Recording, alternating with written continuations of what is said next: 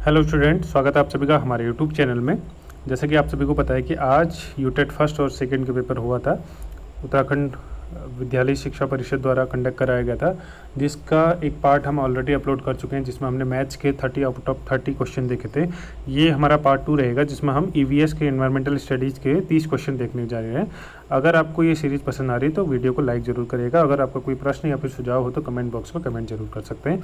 तो चलिए बिना किसी टाइम खपाए शुरू करते हैं। पहला क्वेश्चन है, इनमें से कौन सा पवित्र उपवन विभिन्न जंगली पौधों के लिए जीन बैग के रूप में काम करता है? जो इसका राइट आंसर हो जाएगा Debroy, option B right answer है इसका।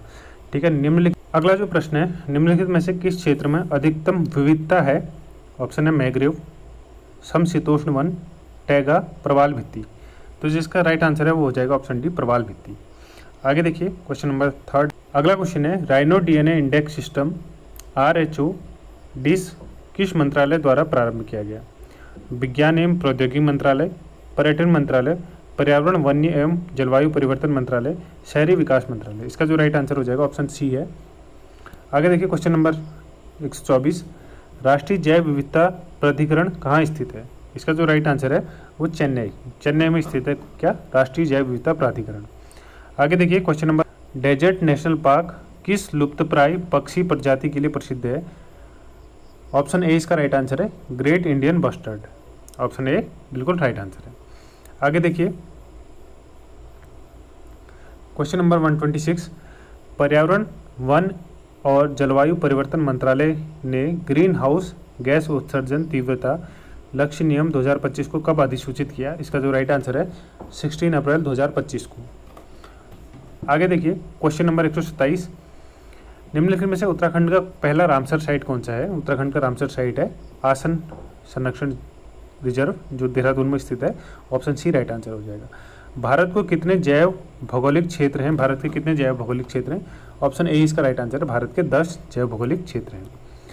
क्वेश्चन नंबर 129, राष्ट्रीय पाठ्यचर्या रूपरेखा एनसीएफ 2005 के अनुसार प्राथमिक स्तर पर ईवीएस शिक्षण अधिगम के दायरे के बारे में निम्नलिखित में से कौन सा कथन सही है? ठीक है, तो इसका जो राइट आंसर हो जाएगा वो देख सकते हैं हम, तीनों इसके राइट आंसर है। Option D, A B C तीनों राइट आंसर है। बच्चे की वास्तविक जीवन की स्थिति के बारे में ईवीएस अंतःक्रिया करने में सीखने में मदद करती है। पर्यावरण अध्ययन से बच्चे अपने पर्यावरण के प्रति जागरूक होते हैं। और तीसरा है उद्देश्यों की प्राप्ति होती है। ठीक है, तो तीनों राइट आंसर है इसके। आगे देखिए क्वेश्चन नंबर 130, जो SDG है, देखिए ये 9th का NCERT पढ़ेंगे आप तो NCERT में मिल जाएगा ज्योग्राफी में, तो वहाँ से क्वेश्चन उठाया गया है। तो SDG है, उसमें स्वच्छता एवं उपलब्धता का जो कौन सा गोल है वो SDG 6 के अंतर्गत आता है। ऑप्शन सी राइट आंसर है।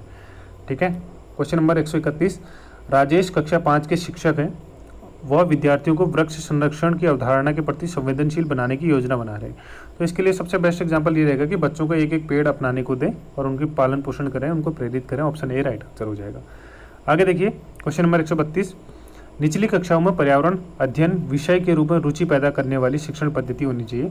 वो होनी चाहिए आपकी मनोरंजनात्मक एवं खेल संबंधी विधि होनी चाहिए। ऑप्शन बी राइट आंसर है।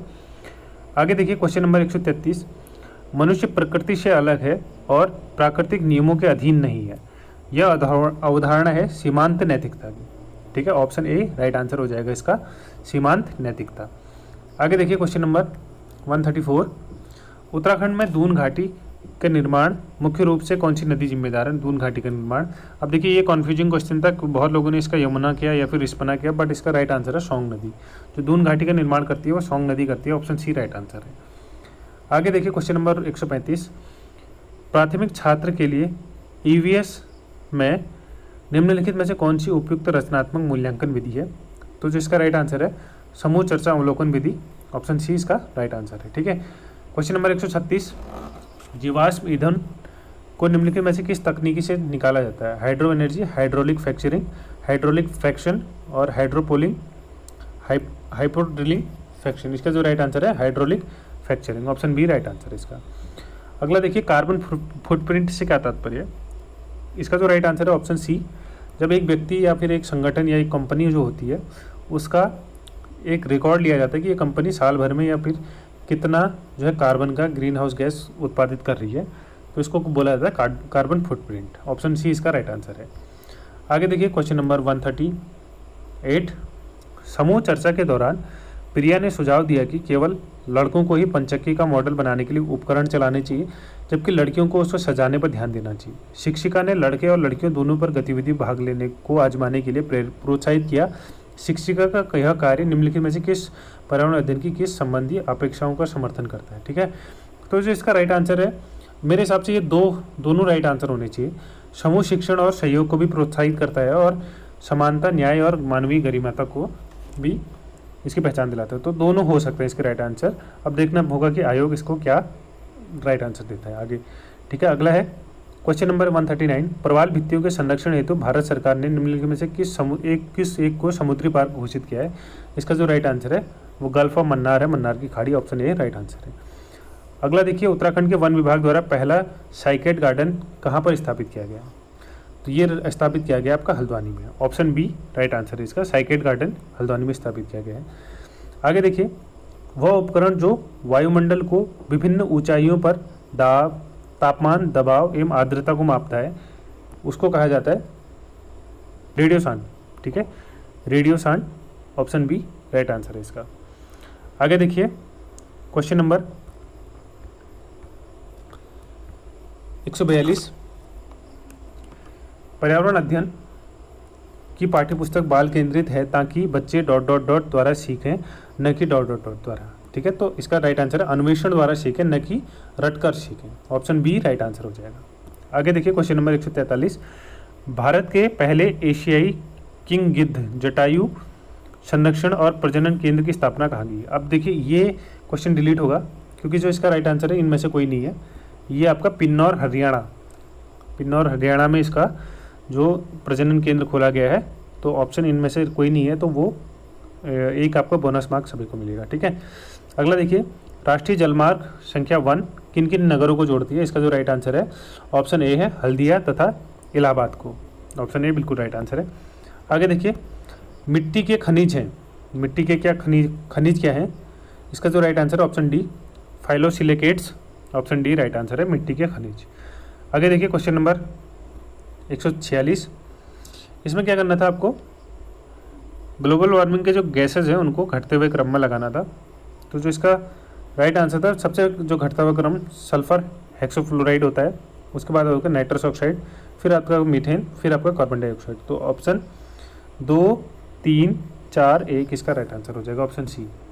आगे देखिए, क्वेश्चन नंबर 147। नैनो फिल्ट्रेशन तकनीकी का उपयोग कर कम लागत वाला आर्सेनिक फिल्टर अमृत किसके द्वारा विकसित किया गया है? तो इसका जो राइट आंसर है वो IIT मद्रास द्वारा इसका डेवलपमेंट किया गया है। आगे देखिए, पर्यावरण के निम्नलिखित घटकों में से कौन सा पदार्थ का प्रवाही कारक है? तो इसका राइट आंसर है वो वायुमंडल और जलमंडल, ऑप्शन ए इसका राइट आंसर है। ठीक है, आगे देखिए, क्वेश्चन नंबर 149। एक बच्चा पर्यावरण अध्ययन को भौतिक, जैविक, रासायनिक, सामाजिक, सांस्कृतिक और अन्य आयामों से सीखता है। यह कथन किस बात की पुष्टि करता है? तो यह कथन पुष्टि करता है कि जो पर्यावरण का अध्ययन है वो समग्र क्षेत्र का है, ऑप्शन बी राइट आंसर है। आगे देखिए, क्वेश्चन नंबर 150 अंतिम क्वेश्चन होगा इस EVS सेक्शन का। पर्यावरण अध्ययन पढ़ाने के लिए निम्नलिखित में से कौन सा उद्देश्य आवश्यक नहीं है? तो इसका राइट आंसर है बुनियादी वैज्ञानिक अवधारणाओं एवं सिद्धांतों को याद रखना। ठीक है, ऑप्शन बी इसका राइट आंसर है। देखिए, ये थे EVS के 30 क्वेश्चन। हमें पेपर जो है वो देर में मिला, इस वजह से ये वीडियो सीरीज थोड़ा डिले आ रही है, परंतु आपको धीरे धीरे एक एक करके सारे वीडियो सेक्शन प्रोवाइड करा दिए जाएंगे। अगर आपको ये वीडियो सीरीज पसंद आ रही है तो वीडियो को लाइक जरूर करिएगा। कोई सुझाव या फिर कोई प्रश्न हो तो कमेंट बॉक्स पर कमेंट जरूर कर सकते हैं। चैनल को सब्सक्राइब करिएगा ऐसी मोर इन्फॉर्मेटिव वीडियोज पाने के लिए। थैंक्स फॉर वॉचिंग, मिलते हैं नेक्स्ट वीडियो में, तब तक के लिए बाय।